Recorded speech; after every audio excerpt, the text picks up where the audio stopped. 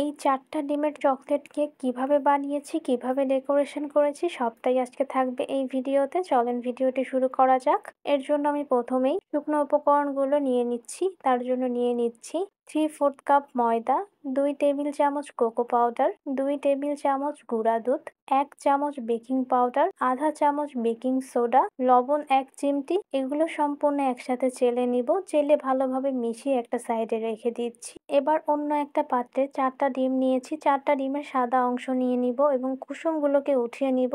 এখান থেকে আমার একটা ডিমের কুসুম গলে গিয়েছিল, তারপরও আমি সেভাবেই বিট করেছি। এর ভিতরে দিয়ে দিচ্ছি 1 কাপ চিনি। আমি 1 কাপ থেকে একটু কম পরিমাণ চিনি এখানে ব্যবহার করেছি। চিনিটা আপনারা আপনাদের স্বাদ অনুযায়ী ব্যবহার করবেন। এভাবে বিট করতে থাকতে হবে। বিট করতে করতে যখন আমার ফোম হয়ে আসবে, যেহেতু আমার কুসুমটা একটু রয়ে গিয়েছে, কুসুম না থাকলে এটা ফোমটা আরো বেশি সুন্দর হয়। কুসুম আছে যার কারণে ফোমটা একটু কম হবে। আপনারা একটু সাবধানের সাথে এটা করবেন যাতে কুসুমটা এর ভিতরে না থাকে। সম্পূর্ণ ডিমের সাদা অংশটা বিট করার ট্রাই করবেন। মিডিয়াম স্পিডে বিটটা করতে হবে। বিট করতে করতে যখন এমন পর্যায়ে আসবে তখন ডিমের কুসুমগুলো দিয়ে দিচ্ছি। কুসুমগুলো দিয়ে আবারও একটু বিট করে নিচ্ছি। এবার এর ভিতরে দিয়ে দিচ্ছি চকলেট ইমালশন। অল্প পরিমাণ চকলেট ইমালশন ব্যবহার করছি। আর দিয়ে দিচ্ছি 2 টেবিল চামচ রান্নার তেল।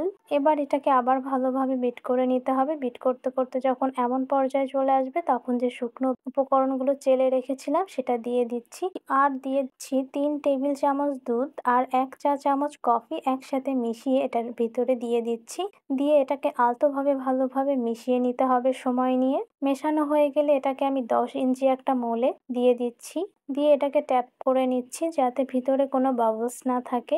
মিশ্রণটা মেশাতে মেশাতে আমি যে প্যানে আমি এটাকে বেক করব সেই প্যানটা আমি 10 মিনিট আগে প্রিহিট করে নিয়েছি। এবার এর ভিতরে কেকটাকে দিয়েছি। কেকটাকে দিয়ে 40 মিনিটের মতো এটাকে বেক করে নিয়েছি। আমার কেকের ফাইনাল রেজাল্টটা এমন এসেছে। এবার আমি চলে যাচ্ছি ক্রিম তৈরিতে। এখানে আমি 1.5 কাপ পরিমাণ হুইপড ক্রিম নিয়েছি। নিয়ে বিট করতে করতে যখন এমন ফোম হয়ে আসবে তখন এটাকে অফ করে দিচ্ছি। এবার কেকগুলোকে 3টা ভাগে ভাগ করে নিচ্ছি। এভাবে আমি 3টা ভাগে কেকটাকে স্লাইস করে নিচ্ছি। স্লাইস করা হয়ে গেলে কেকটা এবার ডেকোরেশন করার পালা। এবার কেক বোর্ডের উপরে কিছু ক্রিম দিয়ে দিচ্ছি। দিয়ে এর উপরে কেকের একটা স্লাইস দিয়ে দিচ্ছি। কেকের স্লাইসটা দিয়ে ভালোভাবে এর উপরে সুগার সিরাপ দিয়ে দিচ্ছি। সুগার সিরাপটা আমি পরিমাণে একটু বেশি ব্যবহার করছি। সুগার সিরাপ দেওয়া হয়ে গেলে পাইপিং ব্যাগে আমি ক্রিম দিয়ে ক্রিমটা কেকের উপরে দিয়ে দিচ্ছি। এবার এটাকে ভালোভাবে ফিনিশিং করে নিচ্ছি। এবার সেকেন্ড লেয়ারটা দিয়ে দিচ্ছি। সেকেন্ড লেয়ারটা দিয়েও সুগার সিরাপ দিয়ে দিচ্ছি। সুগার সিরাপ দিয়ে কেকের ক্রিম দিয়ে দিচ্ছি। ক্রিম দিয়ে আবার এটাকে ফিনিশিং করে নিচ্ছি। এবার দিয়ে দিচ্ছি একদম লাস্টের পার্টটা। এবার দিয়ে দিচ্ছি একদম লাস্টের পার্ট, সেটা দিয়ে আবার সুগার সিরাপ দিয়ে দিচ্ছি। এই পার্টে একটু সুগার সিরাপটা একটু বেশি ব্যবহার করছি। এবার কেকের সাইডের ক্রিমটা আগে দিয়ে দিচ্ছি। ক্রিম দেওয়া হয়ে গেলে উপরের ক্রিমটাও দিয়ে দিচ্ছি। এবার কেকটাকে ভালোভাবে লাস্ট ফিনিশিং করার পালা। একটু সময় নিয়ে ধৈর্য ধরে কেকের ফিনিশিংটা করতে হবে। কেকের ফিনিশিংটা যদি সুন্দর না আসে কেকটা কিন্তু দেখতে ভালো লাগে না। সময় নিয়ে আলতোভাবে কেকের ফিনিশিংটা করে নিচ্ছি।